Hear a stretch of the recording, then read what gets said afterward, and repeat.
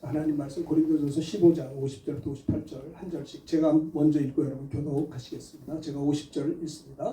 형제들아 내가 이것을 말하니 혈과 육은 하나님 나라를 이어받을 수가 없고 또한 썩는 것은 썩지 않을 것을 유업으로 받지 못하느니라. 보라는 너희에게 비밀을 말하노니 우리가 잠자는 것이 아니요 마지막 나팔의 순식간에 불실하여 버리리라. 나팔 소리가 나매 죽은 자들이 썩지 아니할 것으로 다시 살아나고 우리도 변화하리라. 썩을 것이 썩지 아니할 것을 입고 죽지 아니함을 이 썩을 것이 썩지 아니할 것을 입고 이 죽을 것이 죽지 아니함을 입을 때에는 사망이 삼키고 이기리라고 기록된 말씀이 이루어지리라. 사망아 너의 죽음은 어디니냐 사망아 너의 죽음은 어디니냐. 사망이 쏘는 것은 죄요 죄의 권능은 율법이라. 우리 주 예수 그리스도로 말미암아 우리에게 승리를 주신 하나님께 감사하고 58절 다 같이 합니다. 그러므로 내 사랑하는 형제들아 견실하며 흔들리지 말며 항상 주의 일에 더욱 힘쓰는 자들이 되라. 이는 너희의 수고가 주 안에서 헛되지 않은 줄을 알미니라. 아멘. 고린도전서 10장 50절 58절의 말씀을 중심으로 오늘 말씀의 제목은요. 다시 오실 주님을 맞이하는 성도의 영광. 따라서 하시면 고맙겠습니다. 다시 오실 주님을 맞이하는 성도의 영광. 맞이하는 성도의 영광.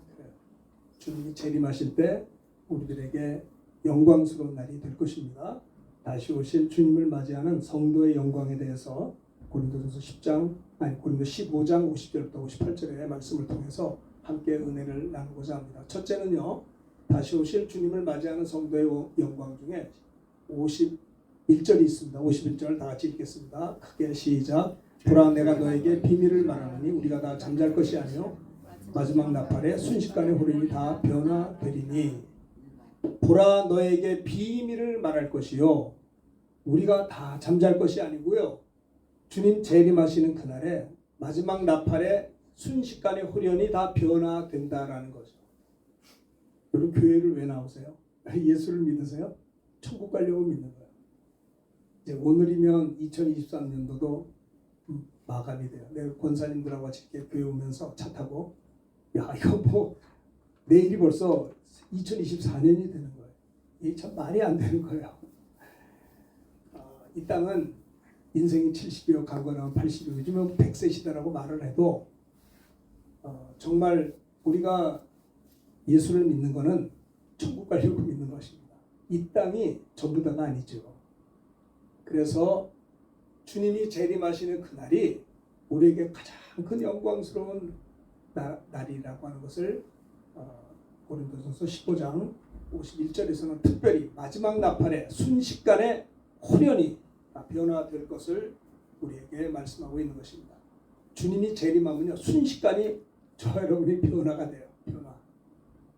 썩을 몸이 썩지 않을 몸으로 넘어지고 쓰러지는 연약한 몸이 온전한 몸으로 병드는 몸이 병들지 않는 몸으로 죽을 몸이 죽지 않을 몸으로 영생하는 몸으로 부활의 몸으로 호련히 변화됩니다.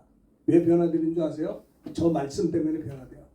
빛이 있으라 할 때 빛이 생겼잖아요. 주님의 말씀은 창조예요. 그 말씀은 능력이에요. 궁창이 있으라 할 때 궁창이 생겼다고요. 그러니까 우리가 왜 변화되느냐? 주님이 말씀합니다. 마지막 나팔의 순식간에 호련히 다 변화되리라는 그 말씀이 이루어지는 거예요. 우리에게도.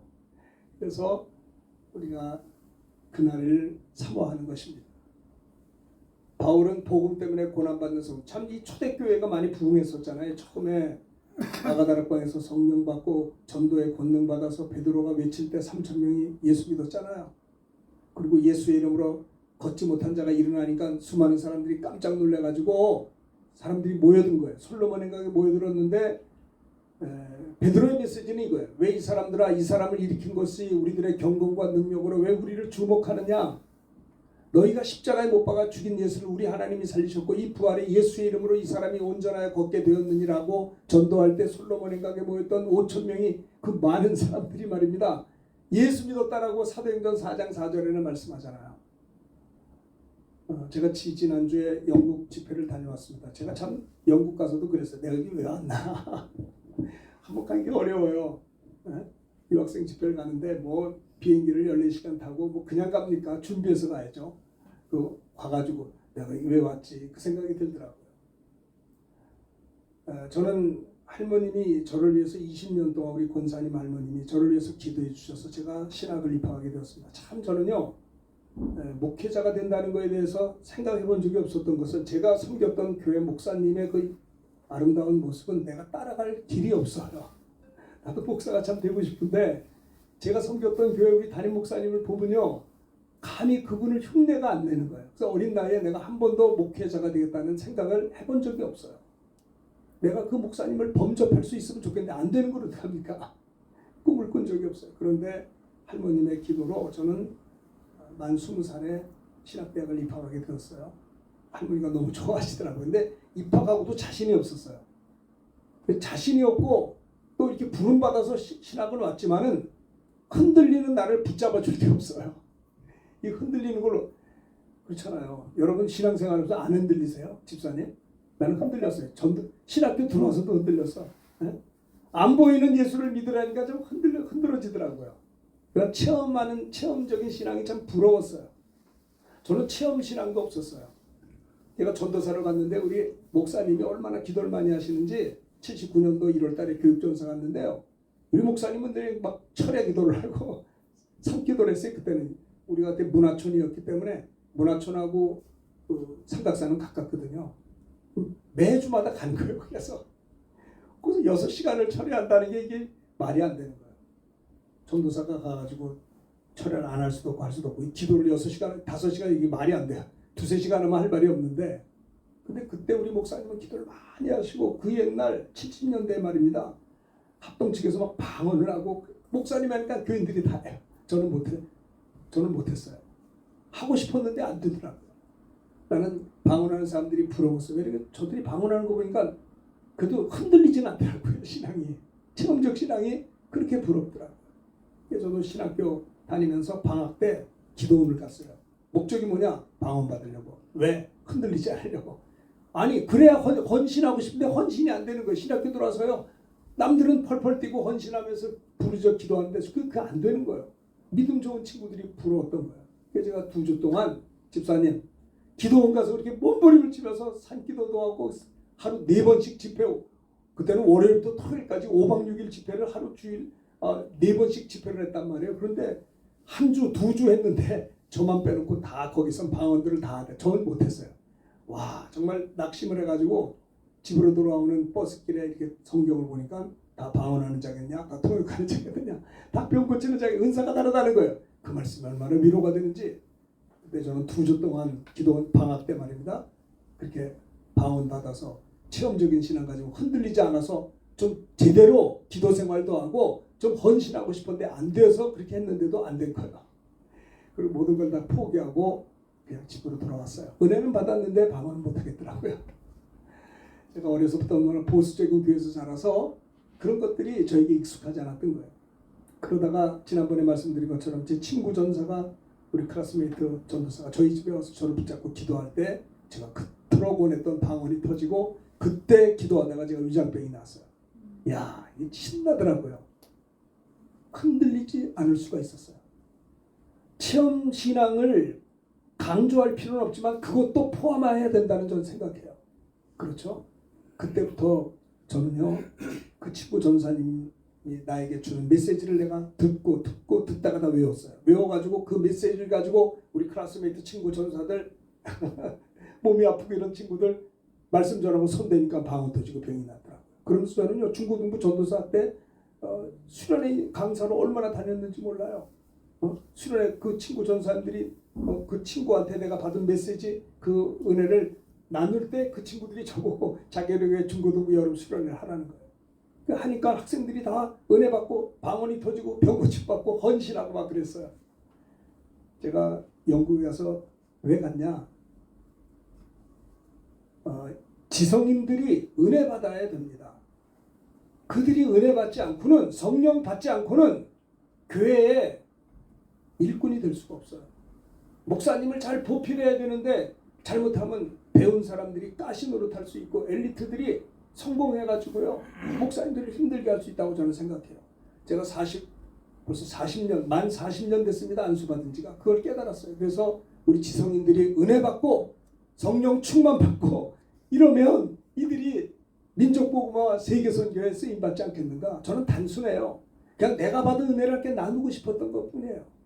참 하나님께서 은혜 주셔서 저는 그렇게 뭐 한 사람 한 사람 안수하면서 방언하지도 않는데 성령 충만 기도했더니 어떤 형제가 와가지고 목사님 어제 제가 기도하다가 방언이 나오는데 잘 몰랐는데 오늘 해보니까 잘 나와요. 그 방언을 받았고요.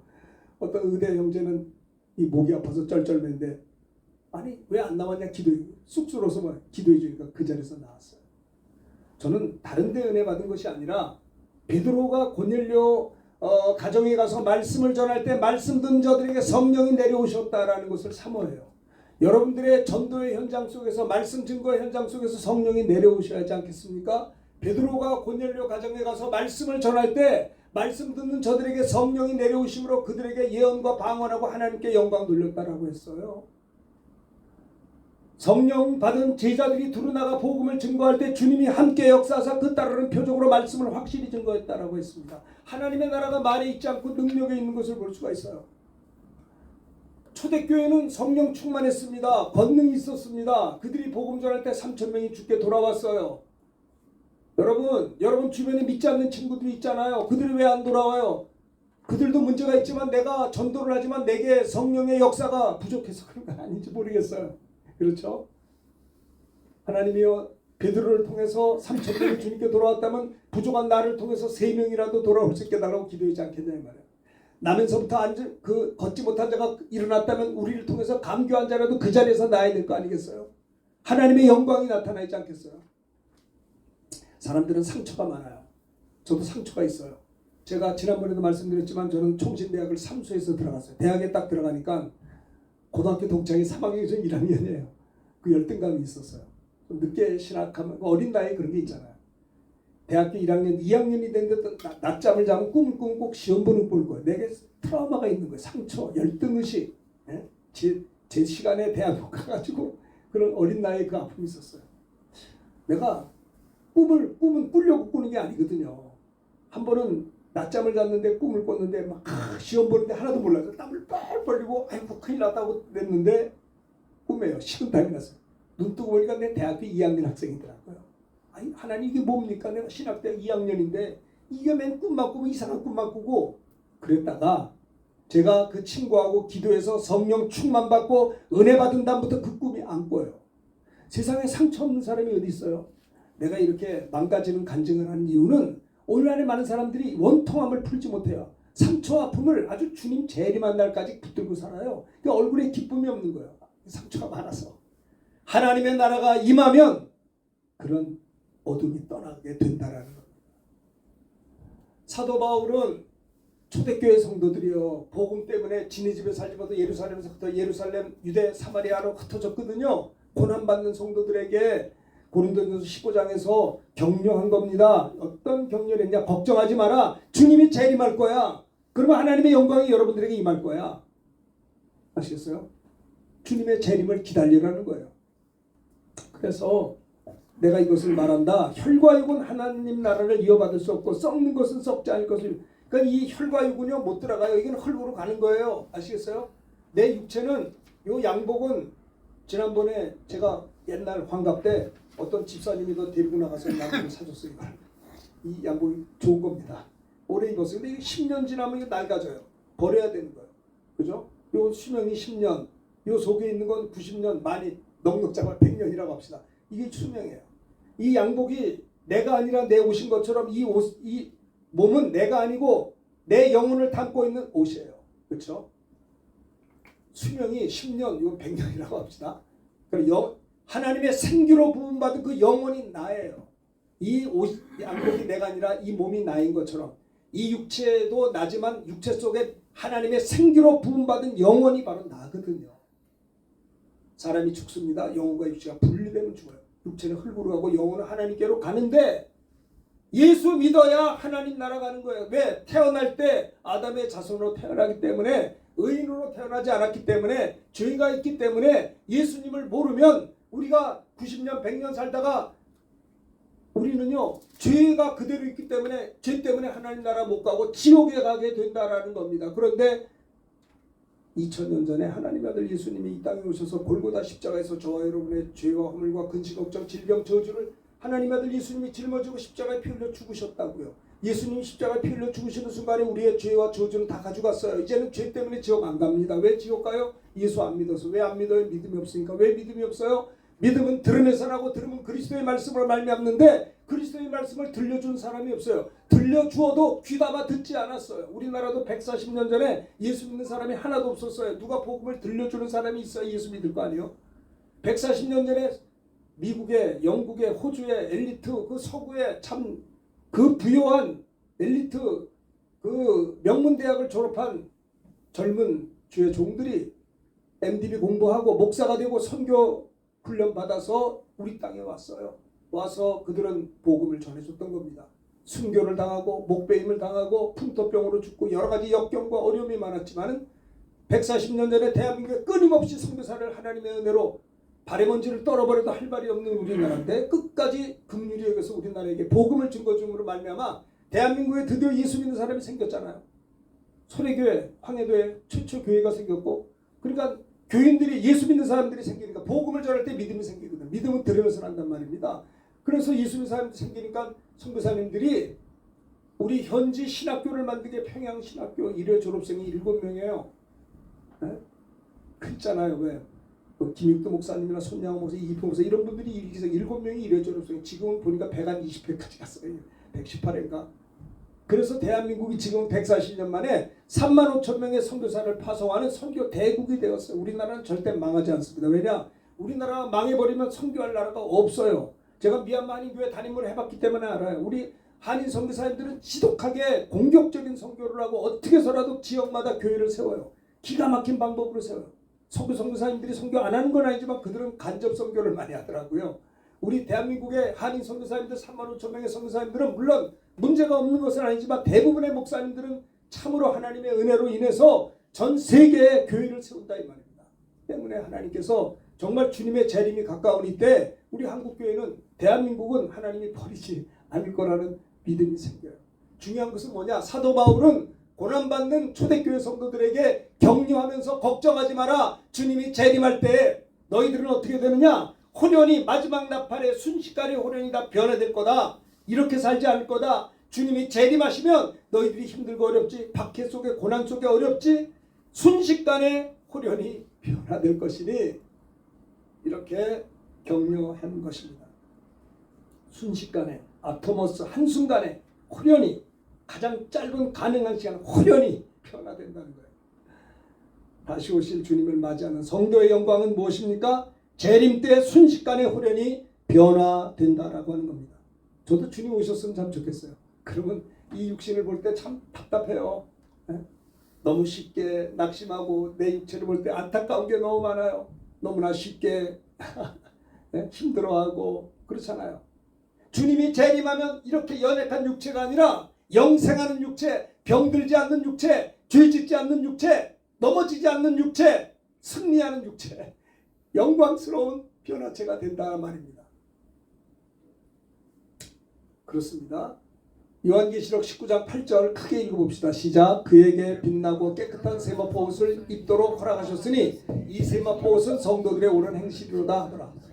예수님이 우리의 신랑이시고 우리는 신부거든요. 주님이 장차 천사장의 호령과 하늘 나팔 소리로 강림하실 때 우리가 호련히 변화되어 공중으로 들림받아서 그립던 주님을 만나게 될 것입니다. 어린 양의 혼인잔치가 주님 우리의 신랑이시거든요.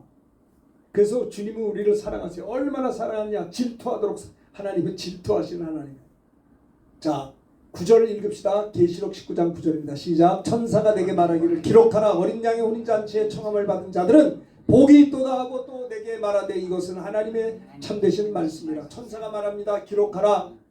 요한에게 기록하라 그랬어요. 사도 바울이 요한계시록 기록했잖아요. 어린 양의 혼인잔치에 청함을 받는 자들은 복이 있도다. 장차 주님 재림하신 그날에 집사님 감기 안 걸려도 돼요. 그때는 호련히 변화가 돼요. 갈등할 것도 없어요. 그때는 주님의 어린 양의 혼인잔치에 신부로서 청함을 받는 자들은 복되도다.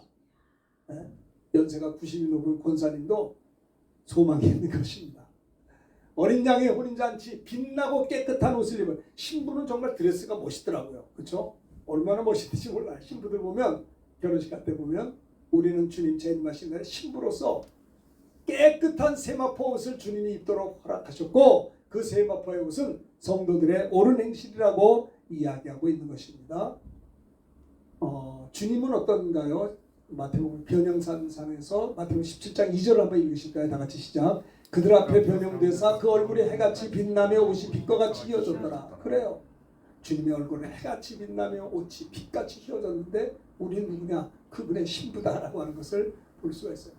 신랑과 신부는 똑같아요. 한 몸인 것입니다. 주님께서 얼굴이 해같이 빛나고 옷이 빛같이 휘어진 것처럼 신부된 그리스도인들도 주님 장차 오시는 그날에 여러분들의 옷이 빛과 같이 휘어질 것이고 얼굴이 주님과 같이 빛날 것이고 예수님처럼 온전히 거룩해질 수 있다라고 하는 겁니다. 주님과 우리는 하나예요. 한 몸이 신랑과 신부라니까요. 이게 얼마나 영광입니까?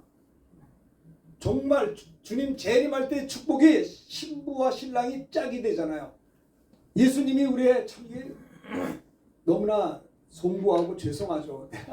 우리가 무슨 예수님의 신부라고 하는 게 너무 죄송하죠. 그러나 성경은 이야기하고 있어요. 왕의 왕이신 예수님을 닮은 영광스러운 신부의 모습으로 단장된다. 그것을 성경은 세마포 깨끗한 옷이다 이렇게 표현하고 있고요. 주님은 우리와 멀리 떨어진 분이 아니에요. 하나인 것입니다. 신랑과 신부예요. 아시겠어요?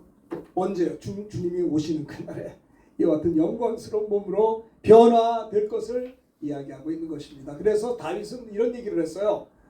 주의 궁정에서 한 날이 다른 곳에서 첫날보다 나은즉 악인의 장막에 사는 것보다 내 하나님 성전 문지기에 있는 것이 좋사오니.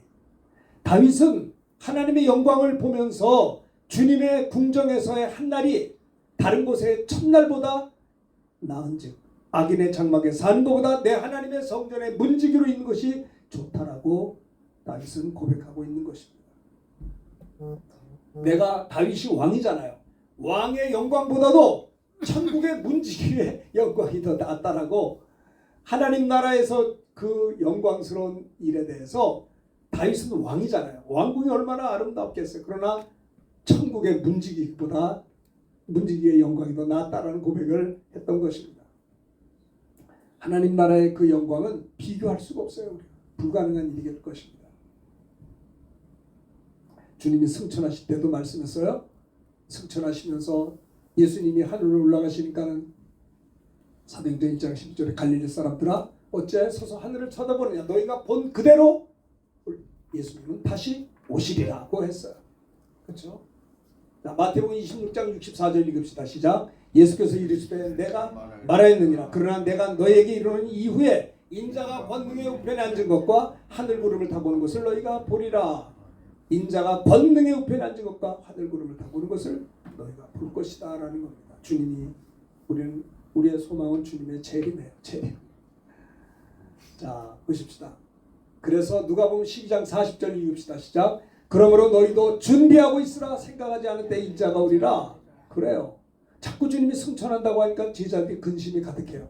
너희는 마음에 근심 좀 하지 말라. 하나님을 믿으니 또 나를 믿으라. 내 아버지 집에 거할 곳이 많도다. 그렇지 않으면 너에게 일렀으라. 내가 너희를 위하여 거처를 예비하러 가느니 가서 너희를 위하여 거처를 내가 다시 와서 너희를 내게로 나 있는 곳에 너희 있게 하리라고 주님이 말씀하셨어요.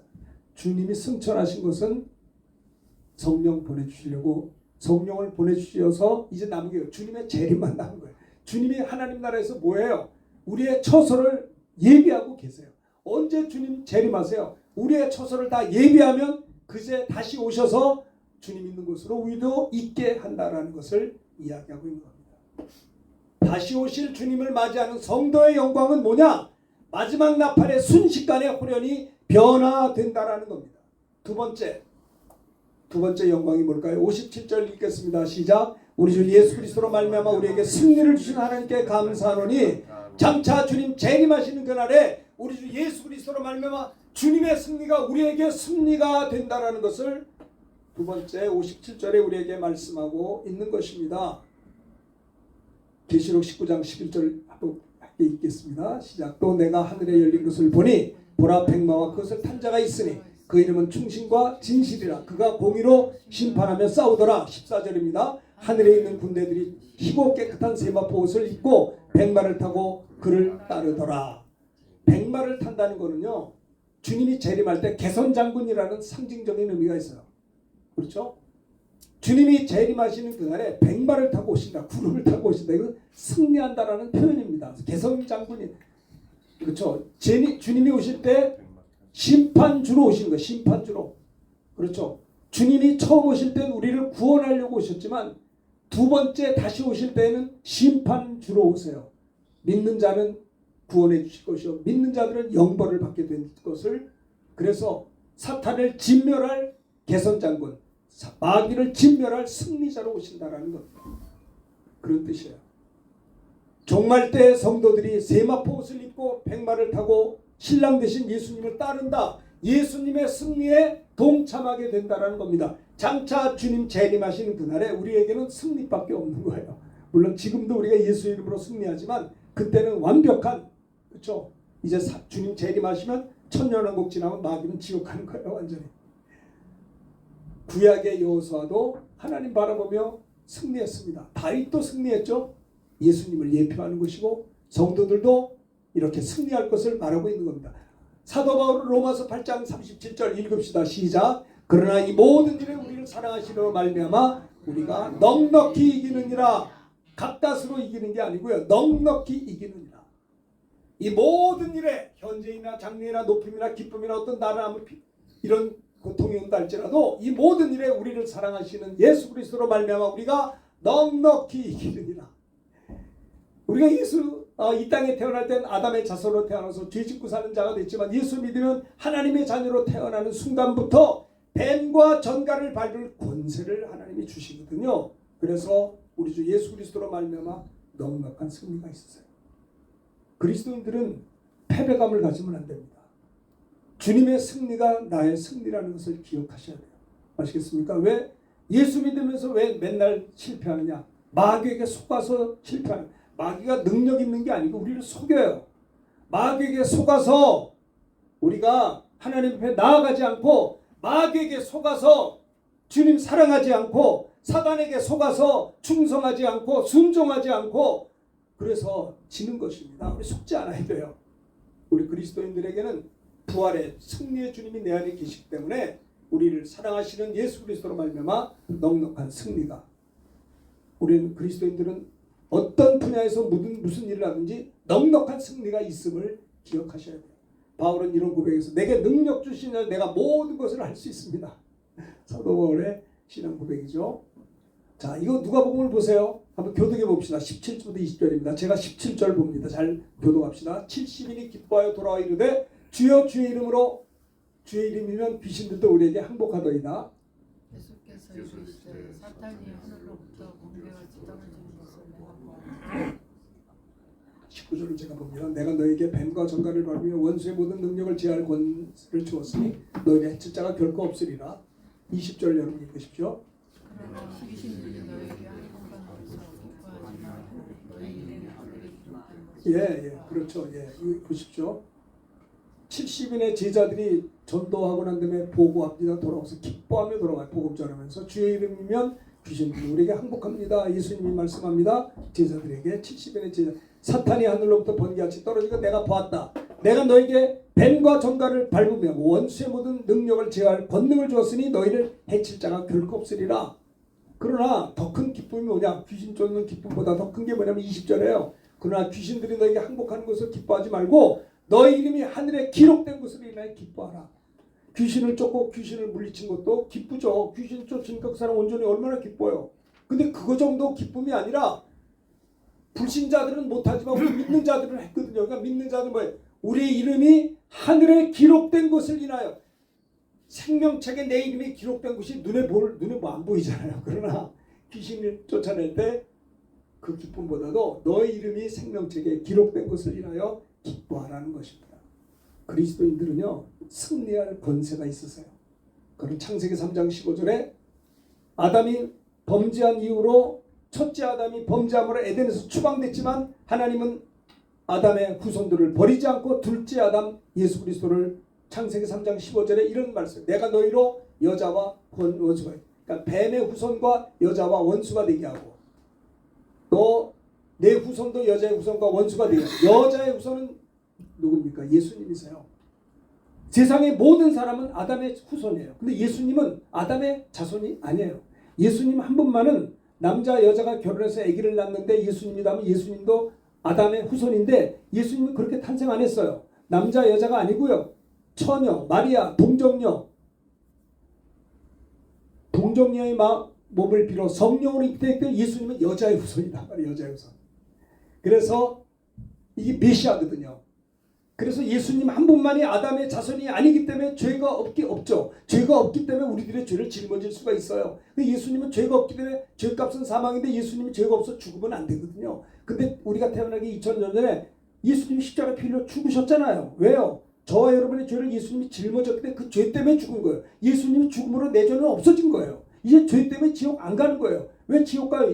예수 안 믿어서, 믿음 없어 지옥 가는 거예요.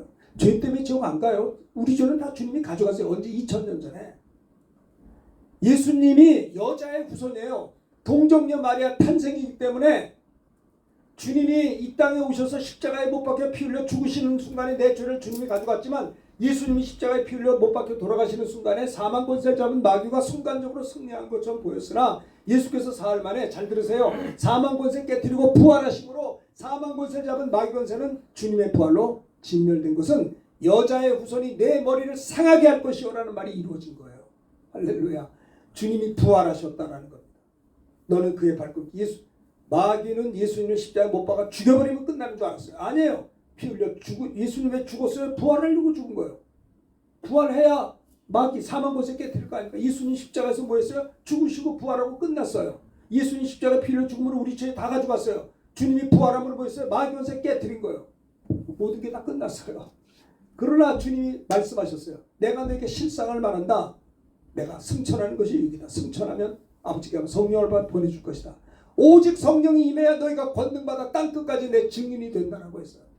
성령 받은 우리 한국의 선교사님들이 3만 5천 명의 선교사님들이 이 좋은 것들 다 버리고 외국의 선교사님들처럼 지구촌 가서 복음 전하고 있잖아요. 땅끝까지 가는 겁니다. 자, 봅시다. 다시 오실 주님을 맞이하는 성도의 영광은요, 예수님 안에서 최후의 승리자가 될 것을 기억하셔야 되는 겁니다. 말씀입니다. 루터는 종교개혁할 때 힘들었죠? 네, 주는 강한 성이요 방패하병에 힘을 내서 개혁을 이뤘던 걸 봐요. 하나님의 나팔소리, 천지진동할 때 예수님의 영광 중에 구름 타시고 천사들을 세계 만국 모든 곳에 보내 구원받은 성도들을 모으니 나팔 불 때 주님 오시는 거예요. 나는요, 우리 성민교회 성도들이 이렇게 많은 성도는 아니지만 주님 올 때 좀 지옥 가는 사람이 없게 되길 바라요. 주여 주여 한다고 천국 가는 게 아니라니까요. 내 말을 듣고 행하지 않는 자는 모래 위에 지은 어리석은 자와 같으니 나는 너를 모른다. 내가 귀신을 쫓았느냐? 선자, 나는 너를 모르. 주님의 말씀을 듣고 행하지 않는 자는요, 행함이 없는 믿음은 죽은 믿음이요. 생각해보세요. 주님 앞에 갔는데 우리 성민교회 교인들이 그렇게 많지도 않은데 하나님 날 못 들어오면 난 주님 앞에 벌 받을 것 같아요. 가가지고 최소한 구원을 받아야 될 거 아니에요. 행함이 없는 믿음은 죽은 믿음이라고요. 여러분 아시겠어요? 이게 얼마나 무서운 말인 줄 아세요? 마음과 뜻과 성품과 목숨을 다해서 하나님을 사랑하라고 하는 거예요. 행함이 있는 믿음이 있는 자가 되어야 합니다. 그래야 주님 오시는 그날에 나팔소리 들을 때 우리가 들림받아야 되는데 들림받지 못하면 이 비참하게 환난 가운데, 지옥 가운데, 영원한 영벌 가운데 들어가게 된다는 겁니다. 그렇습니다. 나팔소리라는 건 전쟁을 의미해요. 마귀를 멸하는, 마귀 세력을 진멸하고 주님 재림하시는 그날에 온 천지가 예수님 앞에 굴복하고 구원받은 성도들은 예수님의 승리에 동참하여서 예수님 안에서 최후의 승리자가 된다라고 하는 겁니다. 다시 오실 주님을 맞이하는 성도의 영광은 뭐예요? 주님 재림하는 순간에 순식간에 호련히 변화된다는 거예요. 너무나 좋죠. 아마 우리들의 핸디캡들은 다 없어질 겁니다. 주님 재림하는 순간에 호련히 영육간에 다 변화될 것이요 부활의 몸으로, 영생의 몸으로, 두 번째는 예수님 안에서 최후의 승리자가 될 것을 이야기하고요. 세 번째, 이제 이 말씀 마치겠습니다. 58절 읽어볼까요? 다 같이 시작. 그러므로 내 사랑하는 형제들아 견실하며 흔들리지 말며 항상 주의 일에 더욱 힘쓰는 자들이더라. 이는 너의 수고가 주 안에서 헛되지 않은 줄 알미라. 그러므로 사도 바울은 고린도 교회 성도들 향해서 사랑하는 우리 형제들아 견실하며 흔들리지 않아야 된다. 흔들리지 말라. 여러분 흔들리지 마세요. 항상 주의 일에 더욱 힘쓰는 자들이더라. 이는 너희 수고가 주 안에서 헛되지 않은 줄 알미라. 제가 영국에서 한 주간 집회하면서 느낀 게 이거예요. 가서 한인교회 설교 한 번 하고 유학생들 4번 설교 5번 했거든요. 그래서 느낀 게 뭐냐면 그래도 한 주간 지나는데 서울에 있었으면 내가 5번 설교할 때가 있었을까? 없었을 것 같아요. 그런데 많은 우리 학생들 앞에서 또 교우들 앞에서 5번 설교한 게 그게 감사한 거예요. 그렇잖아요. 어차피 시간은 지나가요. 한 주간 그냥 내가 놀아도 지나가고 뛰어도 지나가고요. 네? 건강해도 지나가고 병들어도 지나고 성령 충만해도 한 주간 충만 안 해도 한 주간은 지나가는데 이 한 주간 하나님이 그래도 사용해 주신 것이 감사하지 않아요? 나는 누가 복받은 자냐? 쓰임받는 자가 복받은 자라고 생각해요. 하나님께 쓰임받을 수 있도록 여러분들이 비즈니스를 왜 해요? 하나님께 쓰임받으려고 해야 되는 거예요. 아시겠어요? 우리 앞에 계신 목사님이 현역 목회하실 때 그때 장로님들이 11조 100만 원 했을 때 전사님 성경금을 100만 원 했어요. 내가 증인이요. 놀랬어요. 근데 나중에 그들이 이제 200만 원 이제 수입이 올라가서 11조를 200만 원 하니까 시골이에요. 시골 전주 저쪽 신안 쪽에. 그런데요. 성경구도 200만 원 이런 데가 세상에 어디 있어요. 야 이거 참 그렇게 하는 목사님이나 순종하는 교인들이나 이거 보통 분들이 아니어서 내가 사실은 그런 목사님을 얼굴을 쳐다를 못 봐. 너무 빛이 나가지고 얼마나 성령 충만해요. 네. 우리가 얼마나 부족한지 알 수가 있어요. 내 사랑하는 형제들아 견실하며 흔들리지 말고 항상 주의 일에도 힘쓰는 자가 되라. 이는 너의 수고가 주 안에서 헛되지 않은 줄 알미라. 주님 내가 여기 있사오니 나를 써주시옵소서. 부족하죠. 뭐 별거 아닌데 그래도 달란트는 2달란트밖에 없지만 어떻게 해서라도 장사하여 또 달란트를 남기려고 그저 적은 일에 충성하다 보면 잘하였도다 착하고 충성된 종아 내가 적은 일에 충성 큰 것으로 내게 맡기리니 내 주인의 즐거움에 참여할지어다. 이런 칭찬을 받아야 되겠는데 1달란트 받은 거 땅속 깊이 묻었다가 이 악하고 게으른 종아 하면서 1달란트를 빼앗아 10단 이게 주어라. 물을 받는 자는 있는 자는 넉넉하게 없는 자는 그 있는 것도 빼앗긴다. 어떠세요 여러분들? 1달란트 땅속 깊이 묻었어. 하나님을 섬긴다면서도 달란트 받고 땅속 깊이 묻어놓고 주를 위해서 한 게 하나도 없어. 악하고 게으른 종아 저는 어두운데 내쫓아라. 슬피 울며 이를 갈미 있겠다는 거예요. 여러분 이것이 주님 재림하는 날 이루어지는 거예요. 생각해 보세요. 다시 오실 주님을 맞이하는 성도의 영광이 뭐냐? 주님을 위한 여러분들의 수고와 헌신에 하늘에 상급이 있다라는 것을 성경은 이야기하고 있습니다. 한 번은 제가 어떤 그 후배 목사님하고 전화하다가 막 그분이 분해하더라고요. 너무 억울해가지고 막 견디지를 못하는 거야. 또 속상한 일이 많으셨던 거예요. 그래서 내가 그랬어요. 그 목사님한테 이런 얘기를 했어요. 아니 목사님 고생 많이 하네요. 근데 목사님 감사한 거 좀 내시오. 그러니까 무슨 말이에요? 그러니까 성경에 보면요. 기뻐하고 즐거워하나 하늘에서 더 이상 크다고 했는데 하늘에 상 많이 받았는데 뭐 상 감사하고 안 됩니까? 그러니까 아 그렇군요 그러더라고요. 주를 위해서 일하면 거짓으로 욕도 먹고 오해도 받고 어려운 일을 겪을 수 있어요. 그럴 때 우리가 낙심할 게 아니고 기뻐하고 즐거워하라. 하늘에서 더 이상 큽니다. 다시 오실 주님을 맞이하는 성도의 영광 세 번째는 주를 위한 수고에 영원한 영광의 멸관이 있음을 성경은 분명히 말합니다. 너희가 제자인으로 냉수 한 컵이라도 접대하면 결단코 상을 잃지 않는다 그랬어요. 나는 어떤 분은 이러더라고. 하늘에 무슨 상이 있네요. 하나님 나라 가는 거 다 똑같이 그게 상이지 뭐가 상이네요. 근데 그분한테 질문했어요. 이거 보시오. 그럼 내가 하는 거 대답해 내주시오. 제자 이름으로 냉수 한 컵 대접하면 결단코 상을 잃지 않는다. 해석 좀 해주세요. 대답을 못하더라고요. 아니 우리가 천국 가는 것도 그 영광스러운 상이죠. 근데 똑같아요? 아니에요. 똑같다고 생각하지 않아요. 어떤 일은 10고을 다스리는 권세, 어떤 일은 아니란 말이에요. 네? 달란트 비유 보세요. 결단코 상을 그분 손양원 목사님이나 주기철 목사님이 네? 십자고 병강도 사람하고 상이 같습니까? 같을 수가 없어요. 십자고 병강도를 무시하는 건 아닙니다. 그 사람도 구원받아서 감사하지만 주기철 목사님 이런 분들은요 순교하면서 예수 믿었다고요. 그 하늘의 상이. 네? 계시록 보면요. 천년왕국에서 세세토록 왕노릇 한다고 성경은 기록하고 있다고요. 자, 봅시다. 자, 이것만 하고 마칠게요. 계시록 20장 4절 읽읍시다. 시작. 또 내가 보좌들을 보니 거기에 앉은 자들이 있어 심판하는 권세를 받았더라. 또 내가 보니 예수를 증언하고 하나님의 말씀 때문에 목배임을 당한 자들의 영혼들과 또 짐승과 그의 우상에게 경배하지 아니하고 그들의 이마에 손에 그의 표를 받지 아니한 자들의 살아서 그리스도와 더불어 천년 동안 왕노릇. 천년왕국 때 왕노릇해요. 그분들은요. 네? 그리고 그 나머지는 천년 동안 첫째 부활이에요. 6절 읽읍시다. 시작. 이 첫째 부활에 참여하는 자들은 복이 있고 거룩하도다. 둘째 사망이 그들을 다스릴 권세가 없고 도리어 그들이 하나님과 그리스도의 제사장이 되어 천년 동안 그리스도와 더불어 왕노릇하리로다. 와, 이 얼마나 구원받은 것만 해도 감사한데요. 그 나라 가서 천년 동안 그리스도와 더불어 주님의 신부만 된 것만 해도 오감하고 감사한 일인데 왕노릇한다. 그리스도와 함께 놀라운 영광인 것입니다. 네. 스테반 집사님, 주기철 목사님, 대한민국에서 수교당했던 토마스 목사님 등등은 하늘의 상이 얼마나 클까요? 다시 오실 주님을 맞이하는 성도의 영광에 대해서 고린도전서 15장을 통해 이 시간에 말씀을 전했습니다.